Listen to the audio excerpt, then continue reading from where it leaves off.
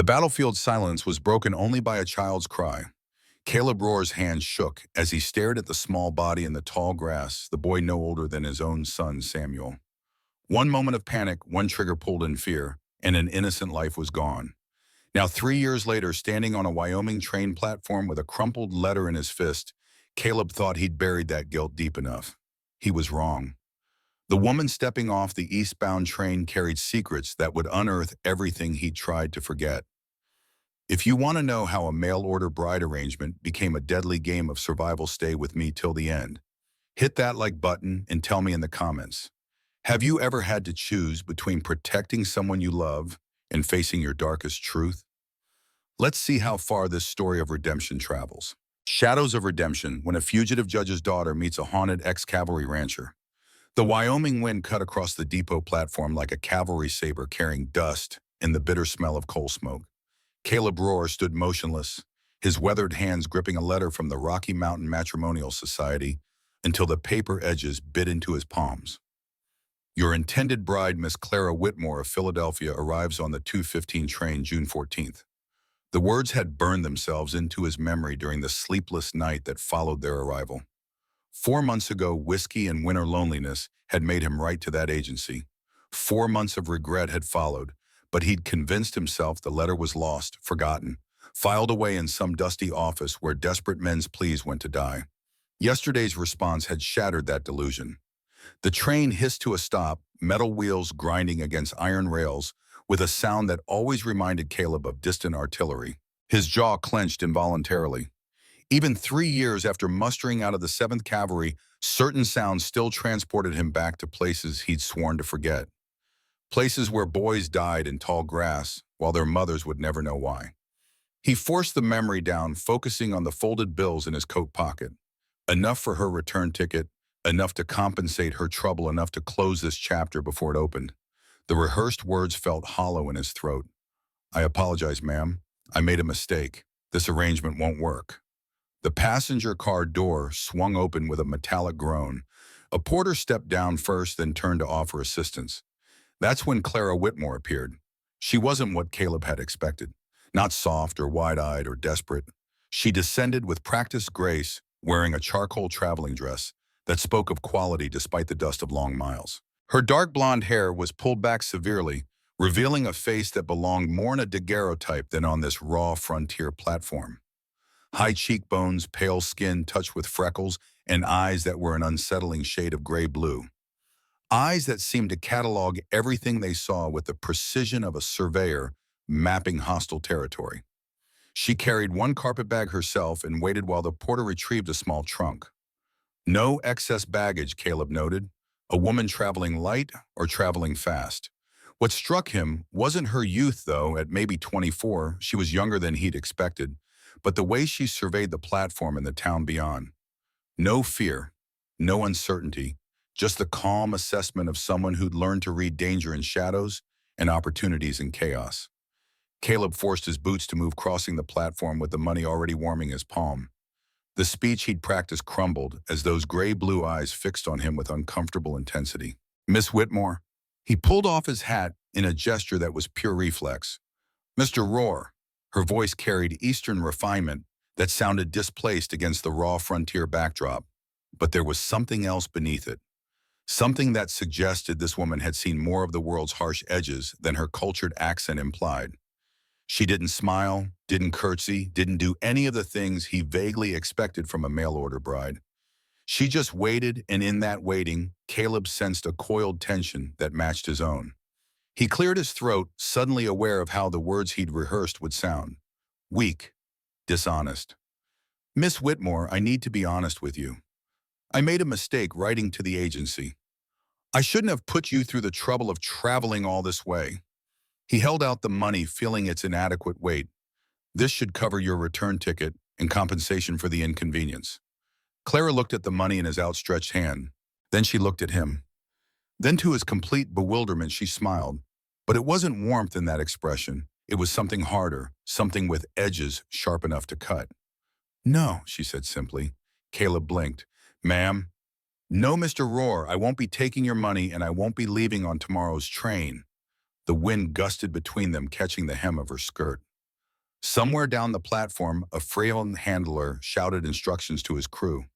The normal sounds of the depot continued around them, but Caleb felt like he'd stepped into a different conversation entirely, one where the rules had changed and no one had informed him. "I don't think you understand," he said carefully. "I'm offering you a way out of this arrangement. No hard feelings, no obligations." "I understand perfectly." Clara's voice didn't rise, but it cut clean through his protests. "You wrote to an agency in a moment of weakness. You regret it now. You want to erase your mistake with cash and good intentions. But here's what you don't understand, Mr. Rohr. I didn't come here for you." The words landed like a physical blow. Caleb's hand lowered slightly, the bill still clutched between his fingers. "Then why? I came here for a new life." Clara adjusted her grip on the carpet bag, and for the first time he noticed the careful mending along one seam, the worn quality of the fabric. "Philadelphia has nothing left for me. No family, no prospects, and no future that doesn't involve becoming someone's unpaid servant, or worse. When your letter came through the agency, I saw an opportunity. Not romance Mr. Rohr, not rescue him, just a chance at something different." Caleb stared at her, trying to reconcile this blunt honesty with every assumption he'd carried onto this platform. "You're saying you want to marry a stranger for opportunity. I'm saying I want a life that's mine." Something flickered in Clara's eyes, something that might have been desperation if it wasn't so tightly controlled. "Out here I could build that. Back east I can't. So no, I won't take your guilt money and climb back on that train." Before Caleb could formulate a response, a new voice cut through the moment. "Well, well, fresh off the train and already causing a stir." Caleb turned, instinctively shifting to put himself between Clara and the man approaching from the depot office. Vernon Piketown, drunk part-time ranch hand, full-time troublemaker. He swayed slightly as he walked, whiskey loose and grinning in a way that made Caleb's jaw tighten. "That's your new mail-order woman, Rohr." Pike's gaze slid past Caleb to Clara, and the grin widened with predatory interest. "Heard you sent away for one. Didn't believe it. Figured you were too dead inside to bother. Walk away, Pike." Caleb's voice dropped to a register that had ended more than one confrontation before it started. But Pike was drunk enough to be stupid. He took another step closer, squinting at Clara with exaggerated focus. "She's a pretty thing, I'll give you that. Though if Rohr here doesn't want you, sweetheart, I could show you a real good time. Better than some widow man rancher who hasn't smiled in 3 years. Clara's face remained perfectly neutral, but Caleb saw her hand tighten on the carpet bag handle. Before he could move, before he could put himself fully between them, she spoke. "I'd rather walk into a prairie fire," Clara said calmly, "than spend 5 minutes in your company. Now step back before you fall down, because you reek of whiskey and bad decisions, and I've had enough of both to last a lifetime." Pike's grin died. His face flushed red as anger replaced amusement. "You mouthy little—" He reached for Clara's arm. Caleb moved. His hand caught Pike's wrist, mid-grab, twisting it back and down with enough force to make the other man yelp. In the same motion, Caleb stepped close, using his body weight to force Pike back 3 steps, until the drunk's shoulders hit the depot wall with a hollow thud. "You don't touch her," Caleb said quietly, his face inches from Pike's. "You don't speak to her. You don't look at her. You understand me?" Pike's bravado crumbled fast when faced with someone sober and twice as strong. He nodded, breathing hard whiskey stink rolling off him in waves. Caleb held him there a moment longer, then released his wrist with enough force that Pike stumbled sideways. "Get out of here." Pike scrambled away, muttering curses under his breath, but not stupid enough to make them loud. He disappeared around the corner of the freight office, and the small crowd that had gathered to watch the confrontation slowly dispersed. Caleb turned back to Clara, half expecting to find her shaken or frightened. Instead, she'd set down her carpet bag and was watching him with that same steady assessment. "Thank you," she said. "You shouldn't have had to deal with that." Caleb felt anger still simmering under his skin, not at Clara, but at Pike at this whole impossible situation. This place can be rough. Men like him think they can say or do whatever they want to a woman alone. Then it's fortunate I'm not alone. Clara picked up her bag again, and when she looked at him, this time something had shifted. "Mr. Rohr, I'm going to make you a different proposition than the one you're planning to refuse." Caleb waited still, trying to catch up with how fast this day had spun away from his control. "Hire me as your housekeeper," Clara said. "Pay me a fair wage. I'll cook, clean, manage your household. No marriage, no obligations beyond the work. Just employment and a roof over my head. If after a few months we both decide this isn't working, I'll have earned enough to make my own way. Buy a train ticket somewhere else, find other work. But I won't go back east, and I won't take your charity." It was absurd, completely absurd. A single woman living at his ranch, working as his housekeeper, with no chaperone and no formal arrangement beyond employment. The town would talk. Hell, the whole county would talk. But as Caleb looked at Clara Whitmore, at the steel in her spine and the careful hope she was trying to hide, he thought about his ranch, about the cold house waiting there, rooms he hadn't entered in 3 years because they still smelled like grief, about meals he'd stopped tasting dust, he'd stopped seeing the life he'd been living, like a ghost haunting his own existence. And he thought about Pike's reaching hand, about the way this frontier treated women who had no protection, no place, no power. "The ranch is 8 miles out," he heard himself to say. "Nothing but grassland and sky. Nearest neighbor is the Taylor place 4 miles south. It's isolated. I'm not afraid of isolation. Winter gets hard. Snow comes early, stays late. We can go weeks without seeing another soul. I survived 3 Philadelphia winters in a boarding house with no heat. I think I'll manage." Caleb studied her face, looking for cracks in that composed exterior. He found none, just determination and something else, something that looked like the same desperation he'd felt that February night when he'd written to the agency. Different circumstances, same core truth. Sometimes you reach for anything that might pull you out of the dark. $20 a month, he said, plus room and board. You keep the main house. I'll stay in the foreman's cabin. Clara's eyebrows rose slightly. You'd move out of your own house. Seems appropriate given the arrangement. Caleb picked up her trunk, testing the weight. Not much everything she owned, probably packed into one container. People would talk either way, he realized. Might as well give them less ammunition. For the first time, something that might have been genuine warmth crossed Clara's face. Not quite a smile, but close. That's considerate. Don't mistake consideration for approval, Miss Whitmore. This is a temporary arrangement, a trial period. Understood. Clara fell into step beside him as they crossed the platform toward where his wagon waited. How temporary are we talking? 3 months, end of summer. That gives us both time to figure out if this works. Fair enough. They reached the wagon, a sturdy flatbed that had seen better years but still ran solid. Caleb loaded the trunk into the back, then offered his hand to help Clara up to the bench seat.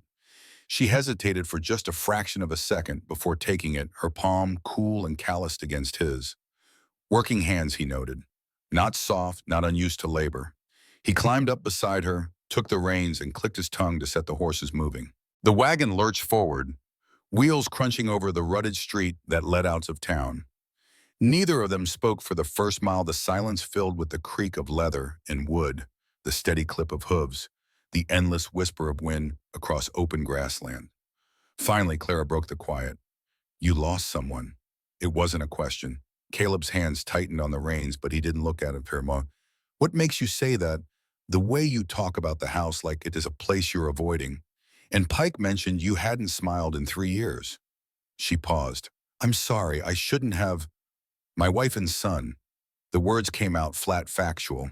Easier that way. Fever took them both 3 years ago this October. Clara was quiet for a long moment. Then, my mother died when I was 12. Cholera. My father followed 6 months later, couldn't live with the grief. I understand what it means to survive people you love. Caleb glanced at her, surprised by the offering. Most people, when they learned about Margaret and Samuel, responded with pity or awkward platitudes. Clara just stated her own losses like coordinates on a map. Here's where I've been, here's what I've walked through. Is that why you left Philadelphia? He asked. Partly. Clara's gaze stayed fixed on the horizon where the mountains rose in distant purple silhouette. I was living with my father's aunt. She had plans for me. A marriage to a man twice my age who saw me as an investment. When I refused, she made it clear I was no longer welcome in her home. So you chose the frontier over a society marriage. I chose freedom over a gilded cage.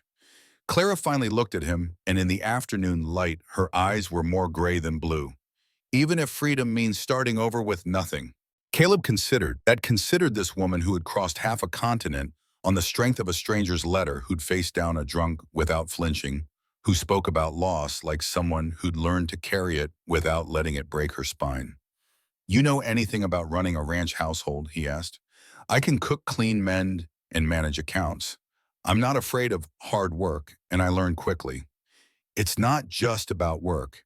It's about understanding this place, the rhythm of it. Out here, winter prep starts in August. Supply runs happen monthly if the weather holds. Everything depends on water grass and whether the cattle stay healthy. He glanced at her. "It's not Philadelphia." Thank God for that. The corner of Caleb's mouth twitched, not quite a smile, but close. The first time in, he couldn't remember how long. They rode in comfortable silence for another mile before the ranch came into view. His land spread out in all directions, grassland rolling away to meet the sky, broken up by fence lines and scattered cottonwoods marking where water ran. The house sat on a slight rise, 2 stories of weathered wood with a broad porch and a chimney that needed repointing. The barn stood off to the east, larger than the house, with a corral system that held his current string of horses. Beyond that, cattle dotted the landscape in dark clusters. Caleb watched Clara take it all in, trying to see it through her eyes. The isolation, the emptiness, the raw, unforgiving beauty of a place that gave nothing easily. "It's bigger than I expected," Clara said quietly. 3,000 acres, 200 head of cattle, enough horses to work them. Caleb pointed toward a smaller building near the barn. "That's the foreman's cabin where I'll be staying. Jack Torres runs the day-to-day operations. You'll meet him tomorrow. Good man, keeps to himself mostly." He pulled the wagon up to the main house, set the brake, and climbed down. The porch creaked under his boots, a sound so familiar it had become invisible. How long since he'd really looked at this place? The peeling paint around the windows, the sagging step that needed replacing, the general air of neglect that came from treating a home like just a place to sleep. Clara descended from the wagon without waiting for his help, moving with the same self-sufficient grace she'd shown at the station. She stood looking up at the house, and Caleb wondered what she saw. A fresh start, a mistake, a prison with a different set of bars. "Come on," he said, climbing the porch steps. "I'll show you inside." The front door stuck slightly. It always did when the humidity was high, and Caleb had to put his shoulder into it. It swung open with a groan, revealing the front hallway with its dust-covered table and the stairs leading up to the second floor. He stepped aside to let Clara enter first. She walked in slowly, her footsteps echoing on the hardwood. Caleb followed, seeing the place with fresh eyes and not liking what he saw. Dust everywhere. Dishes piled in the kitchen sink visible through the open doorway. The fireplace in the main room cold and full of old ashes. The furniture covered in the fine grit that came in through windows he never quite managed to keep closed properly. It looked like what it was, a place where someone existed but didn't live. Clara set her carpet bag down, carefully turned in a slow circle. "When did you last have a proper meal in here?" Caleb had to think about it. "Can't remember. I mostly eat in the bunkhouse with Jack." "And when did you last open these windows?" "Spring, maybe." Clara walked to the nearest window, fought with the swollen frame for a moment, then managed to shove it open. Fresh air poured in, carrying the smell of grass and distance. She moved to the next window, then the next, opening them systematically while Caleb stood in the hallway feeling oddly like an intruder in his own home. "You have linens?" Clara asked, already heading for the stairs. "Second door on the left, should be sheets in the chest." She disappeared upstairs, and Caleb heard her moving around, opening doors, assessing. He walked into the kitchen, really looked at it for the first time in months. The cast iron stove needed blacking. The floor needed scrubbing. The whole room needed someone who gave a damn about it, whether it was clean or not. When Clara came back downstairs, she'd rolled up her sleeves and pulled her hair back tighter. "I'll need supplies," she said. "Cleaning supplies, food staples. Do you have a list of what's usually stocked?" "I can write one up." "Good. I'll start with the kitchen tonight. Tackle the rest tomorrow." She looked at him directly, all business now. "I'll need access to household funds, or do you prefer to handle all purchases yourself?" Caleb hadn't thought that far ahead. He'd been operating on instinct since the moment she'd refused to leave. "I'll set up an account at the general store. You can buy what you need, within reason. Define within reason. Wow. Don't buy anything I can't eat, wear, or use to fix something broken. Clara's mouth quirked upward. That's a low bar, Mr. Roar. It's an honest one. They stood looking at each other across the dusty kitchen, and Caleb felt the strangeness of the moment settle over him.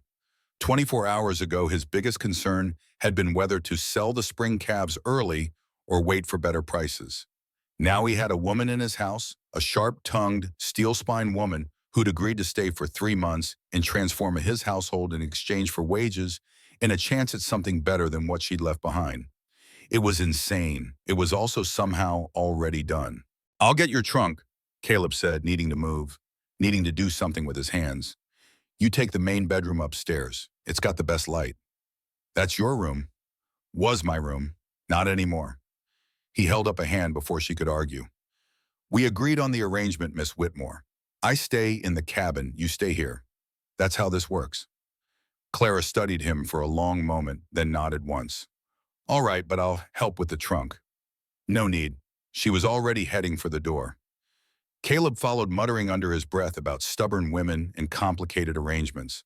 They carried the trunk between them up the stairs, heavier than it looked, clearly packed with everything she owned, and into the main bedroom.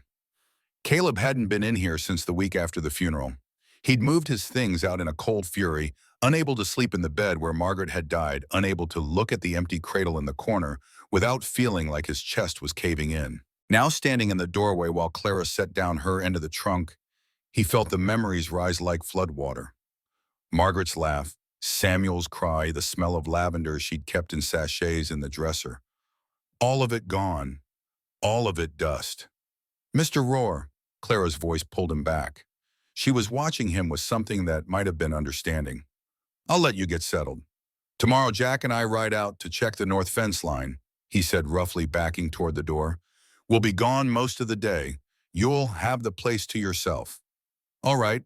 Caleb paused at the threshold. There's a rifle above the mantel downstairs. You know how to use one? My father taught me. I'm a fair shot. Of course she was. Good. Keep it close. We haven't had trouble in a while, but it pays to be prepared. I will. He should leave. Should let her unpack, give them both space to process this strange new arrangement. But something kept him standing there, one hand on the doorframe. Miss Whitmore, he said, that thing with Pike at the station, that won't happen here. On my land, you're under my protection. Anyone gives you trouble, you tell me. Understand? Clara's expression softened slightly. I appreciate that, Mr. Roar. Truly. Caleb nodded, then made himself walk away before the silence got awkward. He went downstairs out the front door across the yard to the foreman's cabin. It was smaller than the main house, just 2 rooms and a fireplace, but it had been kept clean. Jack was particular about things being in order. Inside, Caleb stood in the dimness and let out a breath he hadn't realized he was holding. What the hell had he just agreed to? A temporary arrangement? A business transaction? 3 months to see if it worked. That's all this was. Clara needed a place to start over. He needed, what? Someone to cook his meals and clean his house. That's what he'd tell himself. That's what he'd tell Jack tomorrow when the foreman inevitably asked questions. But standing there in the cabin, looking out the window toward the main house where lamplight now glowed in the upstairs bedroom, Caleb knew it was more complicated than that. For 3 years, he'd kept the world at arm's length, worked himself numb, spoke only when necessary, let the house fall into disrepair, because maintaining it felt like an admission that he was still here, still alive when Margaret and Samuel weren't.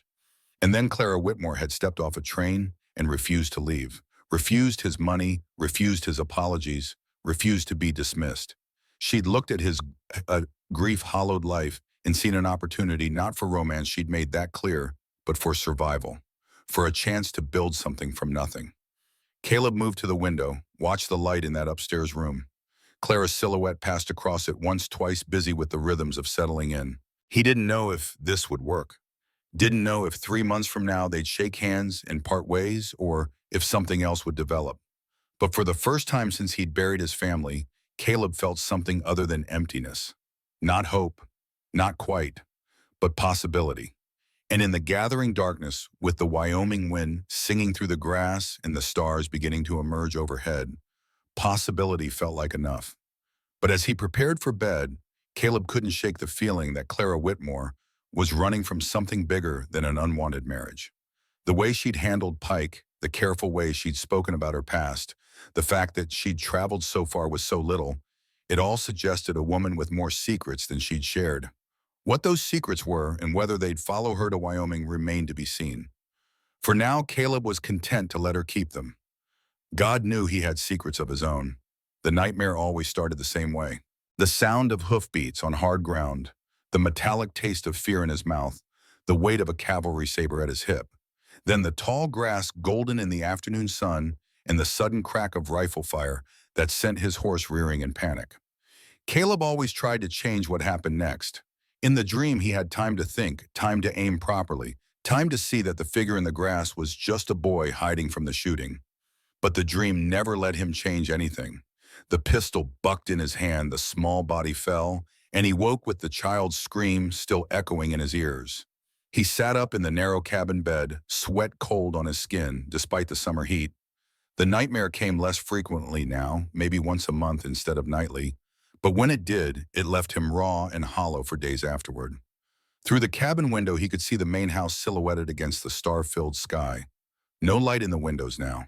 Clara would be asleep, probably exhausted from travel and the emotional upheaval of the day. Clara, he still couldn't quite believe she was there, that she'd refused his money and insisted on staying. In the few hours since her arrival, she'd already begun transforming his house from a mausoleum into something that felt alive again.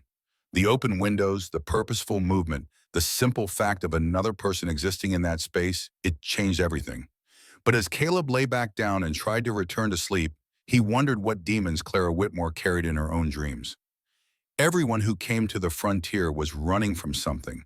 The question was whether the past would be content to stay buried or whether it would follow them both into whatever they were trying to build here. The next morning arrived with the kind of light that made the whole territory glow gold. Caleb woke early. A habit years of ranching had made unbreakable, and dressed in the dim cabin, listening to the sounds of the ranch waking up around him. Horses in the corral, cattle in the distance, the creek running somewhere beyond the cottonwoods. He stepped outside just as Jack Torres emerged from the bunkhouse, already wearing his work clothes and looking as alert as if he'd been up for hours. Jack was in his 50s, lean and weathered with gray threading through his black hair and eyes that missed nothing. He'd been Caleb's foreman for 5 years, and in all that time they'd developed a working relationship built on mutual respect and minimal conversation, which made the look Jack gave him, now part curiosity, part concern, all the more noticeable. "Morning," Caleb said. "Morning." Jack walked over to glance toward the main house where smoke was already rising from the chimney. "You got company." "In a manner of speaking. Lady arrived yesterday on the train." "That's right." Jack's eyebrows rose slightly. In 5 years, the man had never shown more than mild interest in Caleb's personal life. This apparently qualified as exceptional circumstances. "From back east, Philadelphia." "Philadelphia." Jack repeated the word like he was testing its weight. "Long way to come for what exactly?" Caleb felt his jaw tighten. There was no way to explain this that wouldn't sound strange. "I hired a housekeeper. She needed work. I needed someone to manage the household." Simple as that. Jack studied him with those two knowing eyes, and Caleb had the uncomfortable feeling that his foreman saw right through the simplified explanation. But after a moment, Jack just nodded. "Your business," he said simply. "She got a name, Miss Clara Whitmore." "Miss," Jack's tone was neutral, but Caleb heard the question underneath it. "Miss," Caleb confirmed firmly. "Like I said, it's a business arrangement." "If you say so." Jack turned toward the barn, clearly deciding the subject was closed. "We still riding the north fence line today?" "That's the plan." "Good. Wilson spotted some break in the wire yesterday.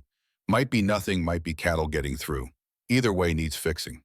They fell into the familiar rhythm of morning work, checking tacks, saddling horses, loading tools onto the pack horse they'd bring for repairs. The physical labor settled Caleb's mind, pushed aside the strangeness of the current situation. This was what he knew, what he was good at.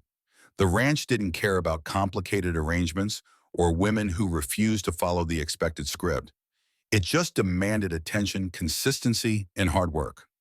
He was tightening his saddle girth when movement from the main house caught his eye. Clara emerged onto the porch carrying a basin of water that she poured over the railing into what had once been a flower bed before Caleb had let it go to weeds. She wore a simple dress in dark green with an apron tied over it, and her hair was pulled back in a practical braid. She looked up, saw him watching, and raised one hand in acknowledgement before disappearing back inside. Jack followed Caleb's gaze, then looked at him with an expression that was hard to read. She seems capable. She is. Good.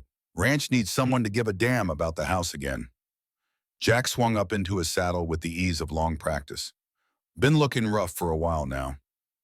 It was the closest Jack had ever come to commenting on Caleb's grief on the way he'd let things slide. Caleb mounted his own horse, gathered the reins. Yeah, I know. They rode out as the sun cleared the horizon, the pack horse trailing behind on a lead rope. The north fence line ran along the edge of Caleb's property, marking the boundary between his land and open range. It was a constant battle keeping it maintained. Weather animals and simple time all worked to tear it down. The ride gave Caleb space to think, and his thoughts kept circling back to Clara. To the way she'd stood on that platform and refused to be dismissed. To the steel in her voice when she'd faced down Pike. To the practical efficiency with which she'd moved through his house last night, opening windows and making plans. She wasn't what he'd expected when he drunkenly filled out that matrimonial application. Hell, he didn't know what he'd expected. Someone soft, maybe. Someone looking for a husband to take care of her. Someone who'd fit into the empty spaces of his life without making him look too closely at those spaces. Clara didn't fit. She disrupted. Just her presence in his house this morning, the smoke from the chimney, the light in the windows, the purposeful activity, where there had been stillness, it changed things, made him aware of what he'd been living without. They reached the north fence around mid-morning and found the break Wilson had reported. 15 feet of wire down, torn loose from the posts with tracks indicating that cattle had indeed pushed through. Jack dismounted and started pulling fresh wire from the pack horse while Caleb examined the damage. Not weather that did this, Jack said, running the wire through his gloved hands. Looks deliberate. Caleb crouched down, studied the torn ends. Jack was right that the wire had been cut, not broken. Someone had wanted his cattle getting through to open range. Rustlers? Caleb asked. Maybe, or someone trying to stir up trouble. Jack began stringing the new wire between posts. You had any run-ins lately? Anyone with a grudge? Caleb thought about it. He kept to himself, mostly didn't get involved in town politics, paid his debts on time. No one I can think of. Well, someone's thinking of you. Jack secured one end of the wire, started working it tight. Might want to mention it to Sheriff Collins next time you're in town.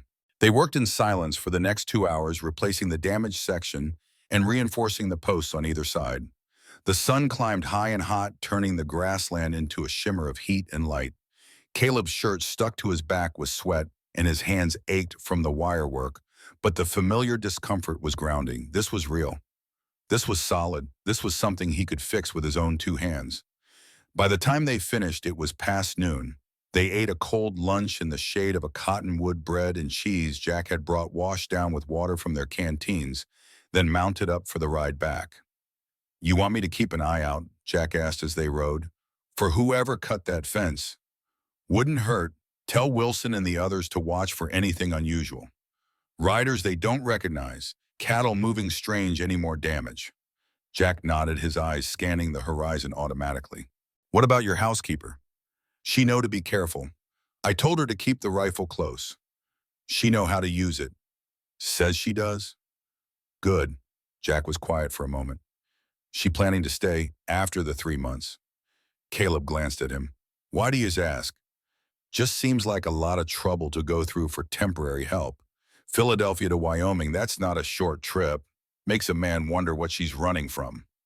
Everyone's running from something, Caleb said. True enough. Jack let the subject drop, and they rode the rest of the way in companionable silence. They reached the ranch as the afternoon was fading toward evening. The main house looked different somehow, more alive. Laundry hung on the line Caleb hadn't seen used in years. The porch had been swept clean, and through the open windows he could smell something cooking. Actual food, not the beans and bacon he had been living on, but something with depth and complexity that made his stomach remind him he hadn't eaten a real meal in longer than he cared to remember. Jack noticed it too. Smells good. Yeah. You planning to eat in the house tonight? Caleb hadn't thought about it. The arrangement was supposed to be separate, Clara in the house, him in the cabin, minimal interaction beyond what was necessary for running the household. But the smell of that cooking pulled at something in him, something human, something that remembered what it felt like to come home to a house that was warm and welcoming. I should probably check in, he said, swinging down from his horse. See if she needs anything. Jack's expression suggested he saw right through that excuse, but all he said was, I'll handle the horses. You go on. Caleb crossed the yard, climbed the porch steps, and knocked on his own front door, which felt absurd but also appropriate given the circumstances. After a moment, Clara appeared, wiping her hands on her apron. Mr. Roar, come in. He stepped inside and stopped, just taking in the changes. The front hall was clean, actually clean, dust-free and polished. The main room beyond had been transformed, floors swept and mopped, furniture dusted and arranged properly, the fireplace cleared of ashes and restocked with kindling, windows that sparkled in the late afternoon light. And from the kitchen, that smell intensified, something savory and rich that made his mouth water. I hope you don't mind, Clara said, following his gaze. I took the liberty of organizing things according to what made sense. If you'd prefer a different arrangement. No, it's good. Caleb cleared his throat. It's really good. Clara smiled, a real smile this time, not the careful neutrality she'd worn yesterday. I'm glad you approve. Dinner will be ready in about an hour. I made stew from the beef in your cold cellar and bread from the starter I found in the pantry. The starter still works. Surprisingly, yes, though I had to feed it quite a bit to bring it back to life. Caleb remembered Margaret starting that sourdough culture, remembered her pride when she'd finally gotten it to rise consistently. He'd assumed it was long dead, just another casualty of his neglect. I wasn't sure, Clara hesitated, then continued. I wasn't sure if you'd want to eat here or if you'd prefer I bring something to the cabin. There it was, the question underlying everything. How much distance were they going to maintain? How separate were their lives going to be? Caleb looked around the transformed house, smelled the food, cooking, saw the care Clara had already invested in making this place livable again. And he realized that maintaining complete separation wasn't just impractical, it was unkind. I'll eat here, he said, if that's all right with you. Of course, this is your home, Mr. Roar. Our arrangement, our rules, he corrected. And if we're going to share meals, you should probably call me Caleb. Clara's smile widened slightly. Then you should call me Clara. All right then, Clara. The name felt strange on his tongue, too personal and too formal all at once. I need to clean up, Caleb said. I'll be back in an hour. He retreated to the cabin, aware that something had shifted. Some line had been crossed or maybe just redrawn. This wasn't just a business arrangement anymore. Or rather, it was a business arrangement that required more interaction than he'd initially planned. They'd be sharing space, sharing meals, sharing the daily rhythms of life on this ranch. It wouldn't be intimate, it couldn't be, but it would be something. The weeks that followed settled into a rhythm that felt both foreign and familiar to Caleb. He woke before dawn, worked the ranch until his muscles ached, or shared meals with Clara. That grew longer as they discovered more to talk about, then retreated to the cabin each night, telling himself he was maintaining appropriate boundaries. But the boundaries were getting harder to justify, and he knew it. Clara transformed more than just the house. She brought order to the chaos Caleb had been living in, organized the pantry by category, mended clothes he'd been meaning to fix for months, even started a vegetable garden behind the house using seeds she'd bought in town. She worked from sunup to sundown without complaint and somehow still found time to read in the evenings sitting on the porch with a book she'd brought from Philadelphia. More than once, Caleb found himself watching her from the cabin window, the way lamplight caught in her hair, when she turned pages, the small smile that crossed her face when she read something that pleased her. He told himself it was just observation, just awareness of another person sharing his space. But he was lying to himself, and he knew that too. It was early July when Sheriff Collins organized the first volunteer patrol. Caleb rode out with him on a Wednesday afternoon, both men armed and alert, covering the territory between three ranches that had reported fence cutting. They checked the old Hutchins place Clara had suggested, found it empty, but with signs of recent activity, fresh horse tracks in the dust, cigarette butts that hadn't weathered much. Someone's been here, Collins said, dismounting to examine the tracks more closely. Within the last few days, I'd say. Caleb circled the abandoned homestead, noting the broken corral fence and the trampled grass near what had once been the barn. Good place to hide stolen cattle temporarily. Remote enough that nobody comes out here. We should stake it out, see if they come back. They did exactly that, spending the next 2 nights camped in the hills, overlooking the property, taking turns on watch. It was uncomfortable and cold, and ultimately fruitless. Whoever had been using the place didn't return while they were there. But on the third day riding back to town, they spotted something that made both men pull up short. A group of riders moving cattle across open range, heading east toward the territorial border. Too far away to identify, but moving with the purposeful speed of men who didn't want to be seen. "That's Harrison's cattle," Collins said, squinting into the distance. "I recognize the brand from here." "You want to go after them?" "Not with just 2 of us. They're too far ahead, and we don't know how many there are." Collins swore under his breath. "But at least we know they're moving east. I'll wire the Marshal in Cheyenne, see if we can intercept them at the border." By the time Caleb reached the ranch, the sun was setting and exhaustion sat heavy in his bones. He'd been gone 3 days, sleeping rough and eating cold food, and all he wanted was a hot meal and his own bed. But when he crested the rise and saw the ranch spread out below, something made him pull his horse to a stop. Clara stood on the porch, one hand shading her eyes as she looked toward the road, waiting. When she spotted him, she lowered her hand, but didn't move, just watched him approach with an expression he couldn't quite read from this distance. Caleb urged his horse forward, and as he drew closer, he could see the tension in Clara's shoulders, the tightness around her mouth. She'd been worried. The realization hit him with unexpected force. When was the last time someone had worried about him? Really worried, not just out of politeness or obligation, but because they cared whether he came home safe. But their reunion was cut short by the sound of approaching hoofbeats. A lone rider came up the drive, well-dressed and moving with the confidence of someone accustomed to getting his way. Even from a distance, there was something about the man's bearing that set Caleb's teeth on edge. When Clara saw the rider, all the color drained from her face. "Harold," she whispered. Harold Thornton dismounted with practiced ease, his expensive boots hitting the dust with authority. He was handsome in a cold way, maybe 40, with calculating eyes that swept over Clara with possessive familiarity before dismissing Caleb entirely. "Clara," Thornton said, his voice cultured and condescending, "I've come to take you home. This nonsense has gone on long enough." "I am home," Clara said steadily, "and I'm not going anywhere with you, Harold. Don't be dramatic. Your aunt explained everything. You were confused, frightened by the prospect of marriage. But I'm willing to overlook your flight if you come back now." "I wasn't confused. I was escaping." "There's a difference, Memehanes." Caleb stepped forward, positioning himself between Clara and Thornton. "The lady's made her choice clear. Time for you to leave." Thornton finally looked at him directly, contempt flickering in his gaze. "And who are you? The rancher she's been keeping house for. Do you really think you can give her what she needs, what she deserves?" "I'm her husband," Caleb said quietly. "So about 3 hours ago, so yes, I think I can give her what she needs. Respect, partnership, and a life she chose for herself." The lie came out smoothly, born of desperation and protective instinct. But as soon as he said it, Caleb realized it didn't feel like a lie. It felt like the truth. He wanted the future he was ready to fight for. The color drained from Thornton's face. "Her husband, that's impossible.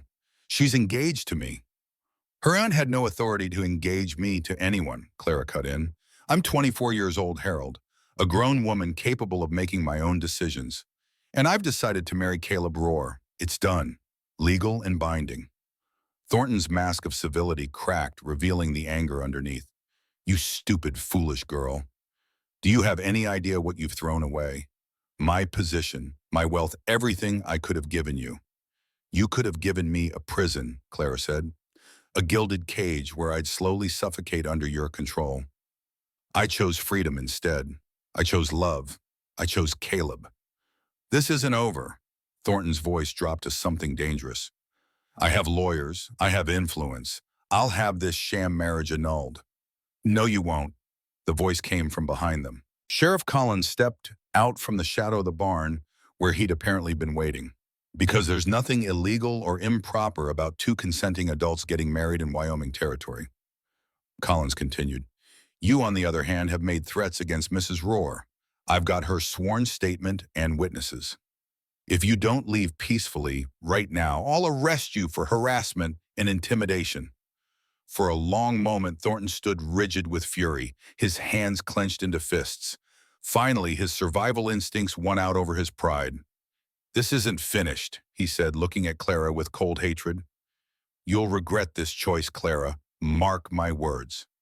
The only thing I regret, Clara said, her voice steady as steel, is ever being polite to you in the first place.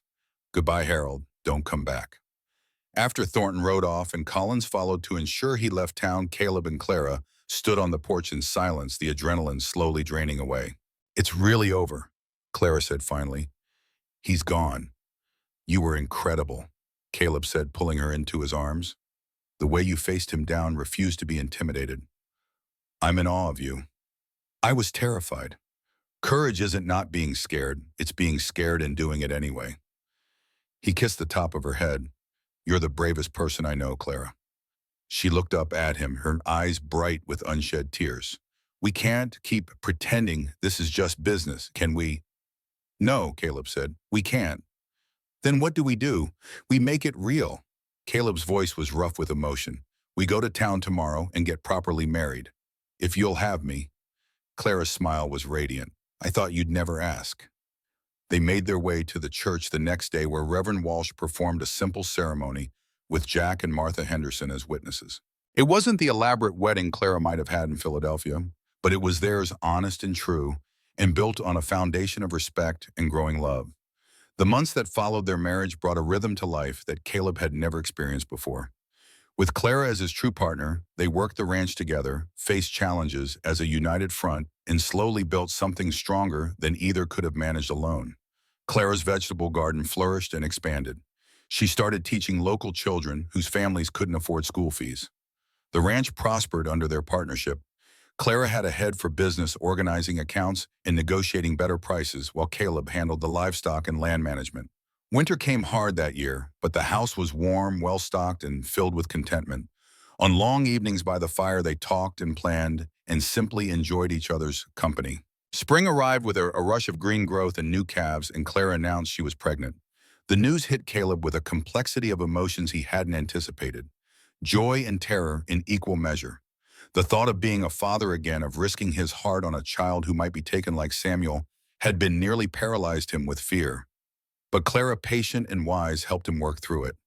We can't live our lives afraid of loss, she said one evening as they sat on the porch. Yes, something could happen, but choosing not to love, not to hope, that's just another kind of loss. She was right. Caleb chose hope over fear, chose to be present for this pregnancy. He built a cradle from oak wood using skills he'd thought forgotten. Clara sewed tiny clothes, transforming one of the upstairs rooms into a nursery. Their daughter was born on a clear October morning, healthy, loud, and perfect.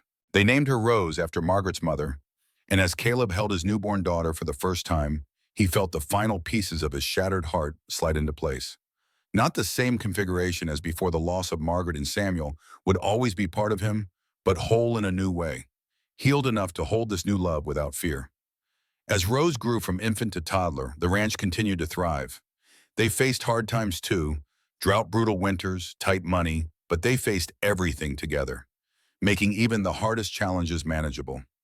On a warm summer evening 5 years after their wedding, Caleb stood on the porch watching Clara play with Rose in the yard. Their daughter was 3 now, running with the fearless energy of a child who'd never known anything but love. Jack emerged from the barn, stopped beside Caleb. You did good, Caleb. We did good, Caleb corrected. Couldn't have managed any of this without you. I'm not talking about the ranch. I'm talking about choosing to live again. Choosing Clara. On choosing hope. That took real courage. Caleb thought about the man he'd been 5 years ago, hollow and bitter, going through the motions without really living. Then he thought about Clara stepping off that train, refusing to be sent away, about every choice that had led to this moment. She saved me, Caleb said quietly. I was drowning and didn't even know it. You saved each other. That's what the best partnerships do. Clara looked up, then saw them watching and waved. Rose waved too, mimicking her mother. Caleb waved back, his chest tight with uncomplicated happiness. That night, after Rose was asleep, Caleb and Clara sat together on the porch as they had countless times before. The stars were bright overhead, and in the distance, a coyote called to the moon. "What are you thinking about?" Clara asked, leaning against his shoulder. "How different my life is now. How grateful I am that you were stubborn enough to stay when I tried to send you away." Clara smiled. "Best decision I ever made." "Mine too. Writing to that agency, getting drunk enough to mail the letter." Caleb wrapped his arm around her. "I thought I was looking for someone to fill empty spaces. Turns out I was looking for you. We found each other. That's what matters." They sat in comfortable silence, and Caleb thought about the journey that had brought them here. The grief he'd carried for so long hadn't disappeared. Margaret and Samuel would always be part of his story, but it had transformed into something gentler, a bittersweet memory rather than a crippling wound.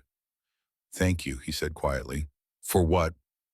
"For everything, for being brave enough to start over, for refusing to settle for less than you deserved, for choosing me even though I was broken." Clara turned to face him, her eyes serious in the starlight. "You were never broken, Caleb, just hurt. There's a difference. Broken things can't heal. Hurt things can with the right care and enough time." She touched his face gently. "We healed each other." Caleb kissed her, then soft and sweet, a kiss that held 5 years of partnership and love and hard-won happiness. When they broke apart, Clara rested her head on his shoulder again. Inside the house, Rose made a small sound in her sleep. "I should check on her," Clara said. "I'll come with you." They went inside together, climbed the stairs to the nursery, and stood watching their daughter sleep. Rose had Clara's blonde hair and Caleb's stubborn jaw, the perfect combination of both of them. Tomorrow, they'd teach her to ride. Next week, Clara would start planning the schoolhouse they'd finally gotten support to build. Next month, they'd celebrate Jack's 60th birthday. There would be challenges ahead, there always were, but they'd face everything together the way they had from the beginning. Caleb thought about that first day at the train station, about Clara stepping down with her carpet bag and her refusal to be dismissed. About the 3 months he'd said they needed to decide if the arrangement would work. 3 months had turned into 5 years, filled with more life joy and genuine partnership than he'd ever imagined possible. "Come on," Clara whispered, taking his hand. "Let's go to bed." They returned to their room, the room that had once been a place of grief, but was now just their room, filled with their life together. Caleb held Clara close as they drifted towards sleep, and his last thought was simple and true. He'd been given a second chance at life, at love, at happiness, and he wasn't going to waste a single moment of it. In the morning, he'd wake beside his wife, check on their daughter, work the land that had become truly theirs. He'd build and grow and love with the full knowledge that nothing was guaranteed, that loss was always possible, but that the risk was worth it. Because Clara had taught him the most important lesson of all, that surviving wasn't the same as living, that real courage meant choosing hope even when fear seemed safer, that love in all its terrifying vulnerability was always worth the price. And as Wyoming stars wheeled overhead and the ranch settled into the peaceful quiet of deep night, Caleb Rohr finally truly came home.